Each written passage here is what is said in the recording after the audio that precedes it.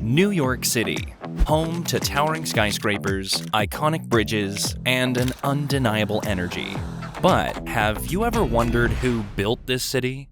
Behind every monumental structure lies a forgotten story. Today, we're uncovering the rise and fall of a factory that helped shape the very foundations of New York's skyline.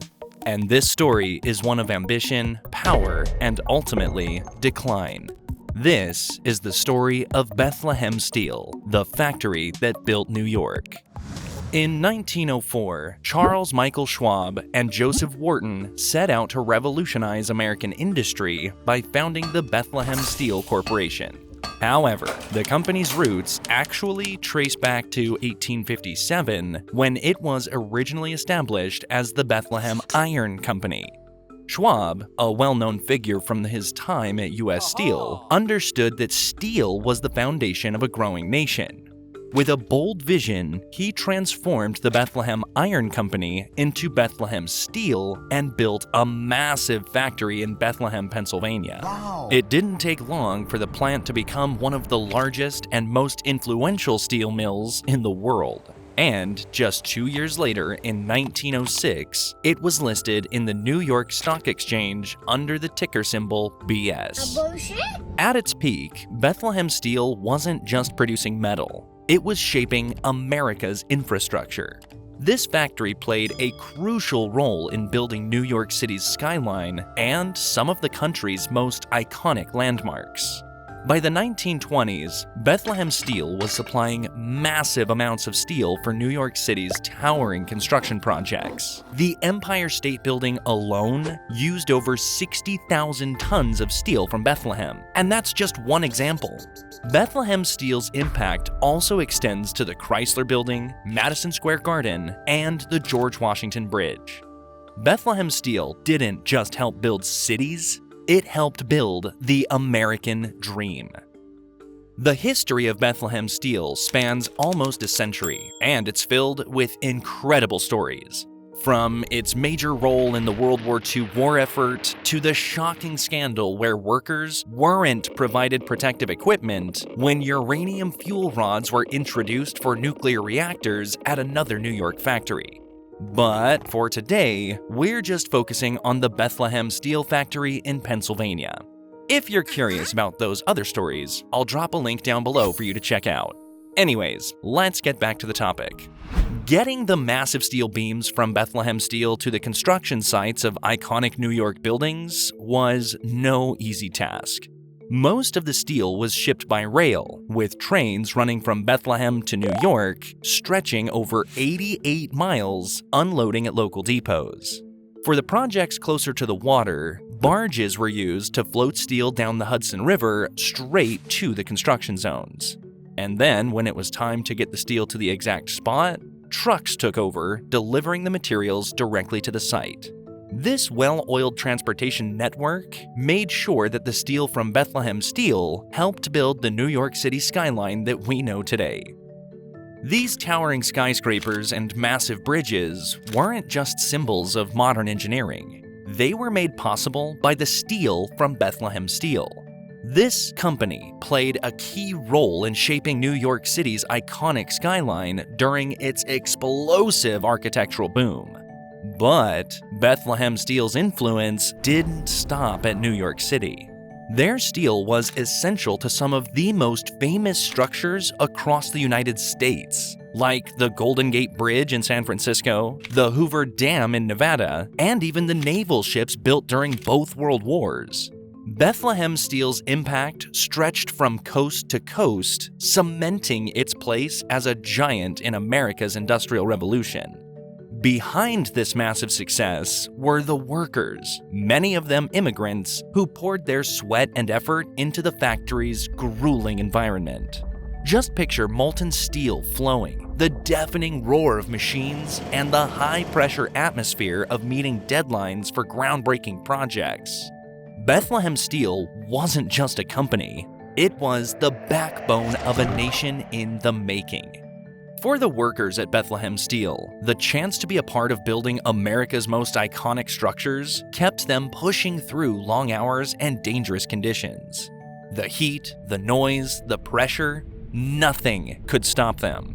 They knew they were creating something monumental, something that would last forever. By the mid-20th century, the industrial landscape began to change. Once the heart of American manufacturing, Bethlehem Steel started to feel the heat from the fierce global competition. Steel makers from Japan and Europe were producing steel more cheaply and efficiently thanks to lower labor costs and cutting-edge technology. Meanwhile, Bethlehem Steel's factories, burdened with outdated equipment and aging infrastructure, simply struggled to keep up. The giant that helped build America was slowly falling behind. As the world changed, Bethlehem Steel struggled to keep up.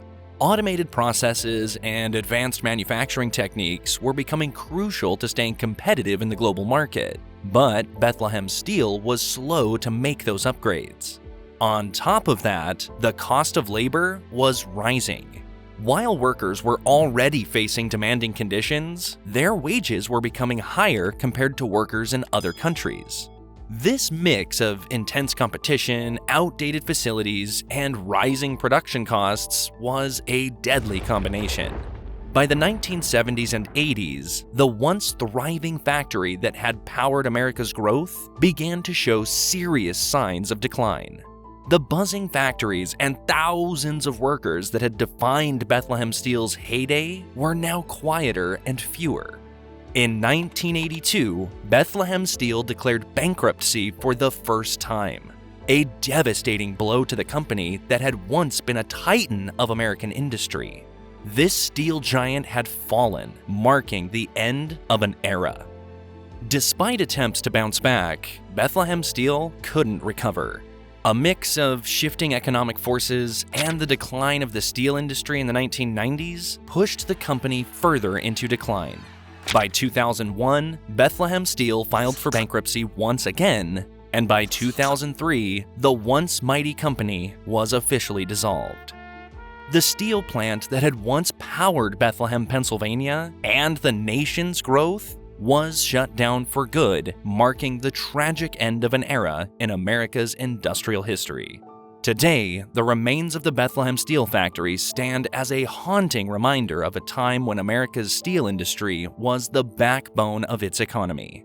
What was once a symbol of innovation and strength has now become an eerie, abandoned complex frozen in time, a testament to both the heights and the fall of one of the country's greatest industrial giants.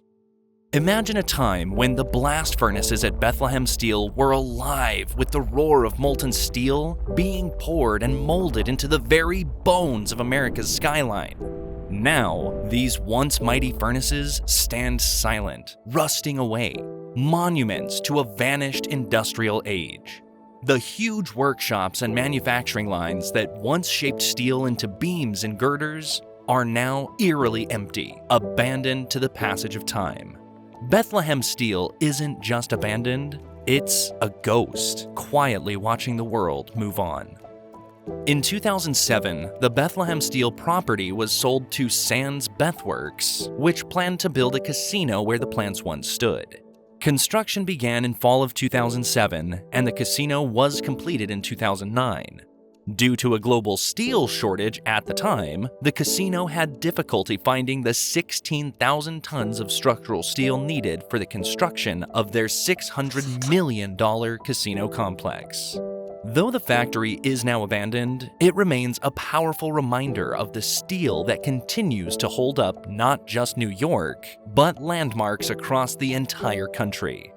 Bethlehem Steel may be gone, but the impact of its legacy is still standing tall, supporting the world's most famous structures and forever etched in the history of America's growth.